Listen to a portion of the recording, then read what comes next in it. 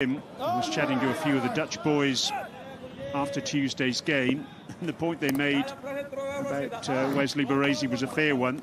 He'll certainly not have played against this sort of pace for a long, long time. You can see there's more of a movement when he tries to play the ball. The one on the right of screen, on the left, both feet inside the crease. So, question is, what will the Dutch coaching staff be looking to do in the next 2 days? They've got Friday, Saturday to get something right.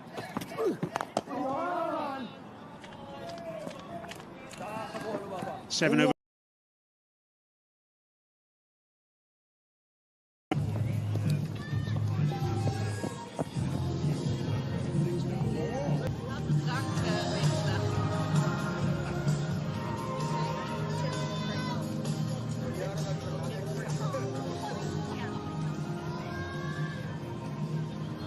Smile on the face of that Pakistan front, and no wonder.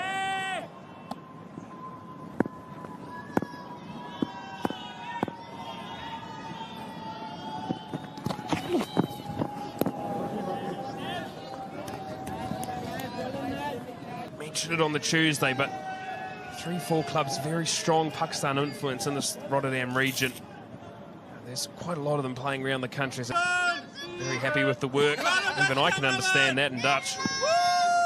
Our cameraman Stephen over there, very popular with the Pakistan fans. Terrific bowling this. Have the Pakistan seamers. Today they're doing well to get that bat out of the line. They've still got the challenge of Mohammad Wasim Jr. waiting in the wings.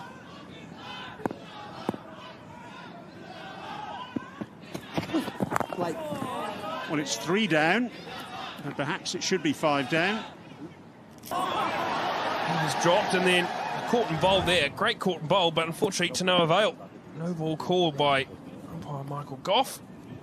Could well be 5 down for the Dutch.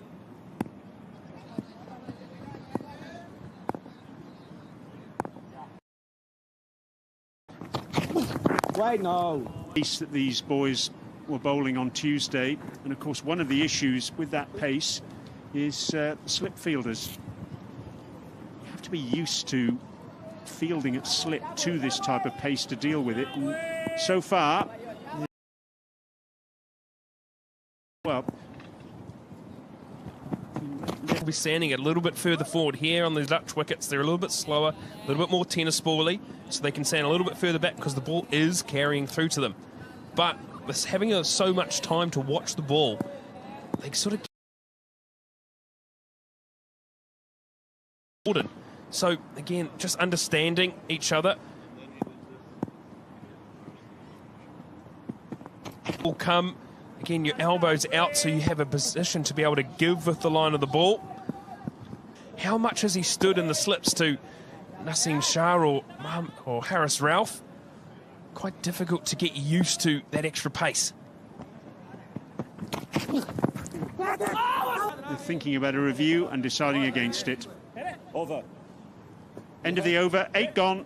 The Dutch 27 for 3.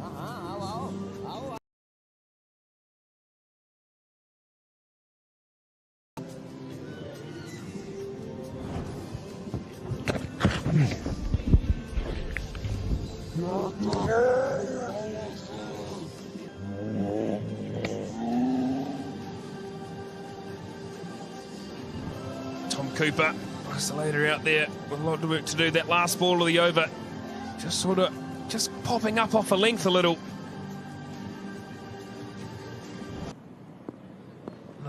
No murmur there at all.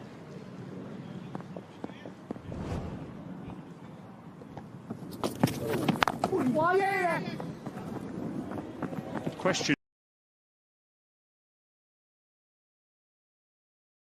Fifth over.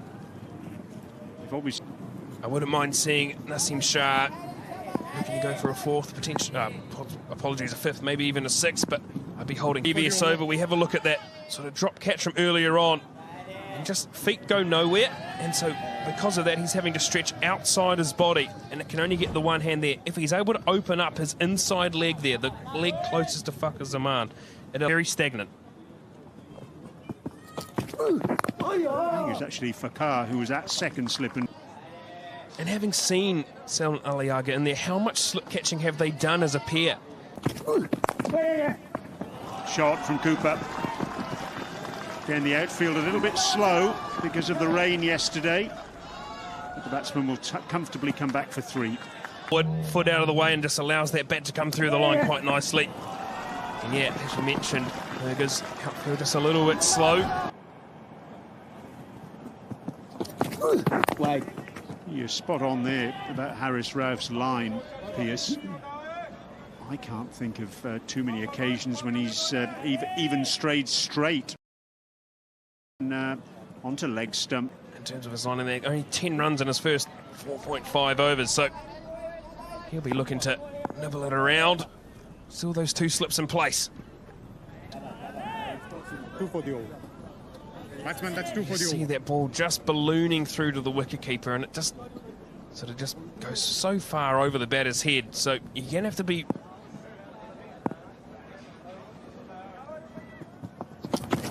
Wait. 5 bowled by Harris Rauf, 1 for 11.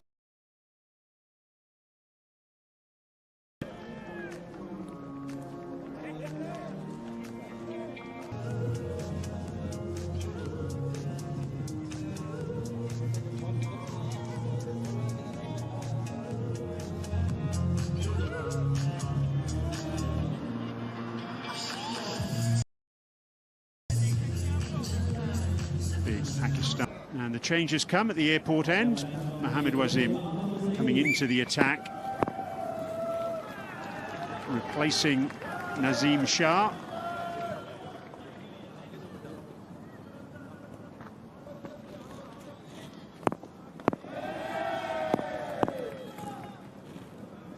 Slip. So we don't have the 2 orthodox slips anymore. Yeah, the second slip coming out. Whakazaman going a little bit wider at that first slip, so he's more of a 1.5, maybe almost 2 by the line of where he was. Salman Aliaga in that sort of float. Prevent Cooper from getting an easy get-off strike single by running the ball down to third man. Just trying to cover that particular base. Yeah, definitely a run-saving position for the Pakistan side, but also a wicket-taking position. Cooper has been and nip it away from him. And again, We have another look again here. Just saw that sort of slight bounce, and you see Cooper reiterate. as you might expect, the fielder's in tight. On the offside there, we've got a backward point, cover, and an extra cover. And they're all trying to get in close. Encouragement coming from Harris Rauf down here in front of the commentary box for his young... 2 runs.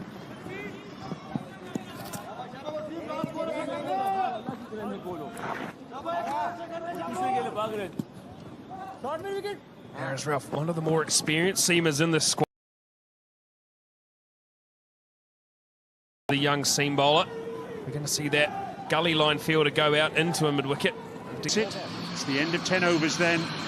35 for 3.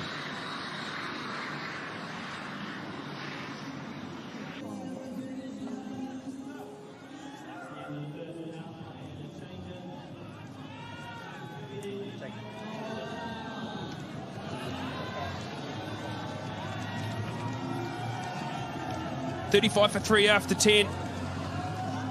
Nitin Bhathi on screen, just signalling that we're into the second power play.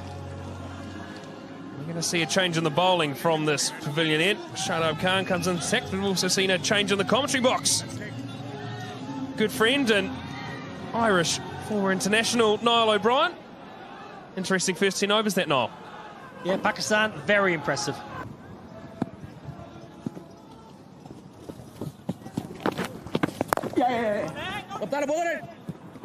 Well, this has been stifled.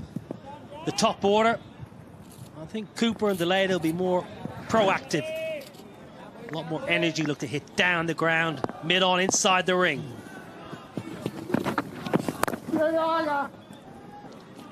Technically, probably not, in terms of wanting to have a bat first. Technically, absolutely. Wasp watch. Well, there's wasps up here in the commentary box, but there's wasps out there in the middle. Pastelator trying to wipe one away, just right in front of his face. Not where you want to be when you're facing a leg spinner of that class.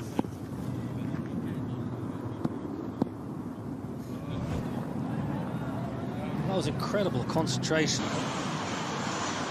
Pierce, you mentioned technically maybe a little bit awry up top. What exactly did they do?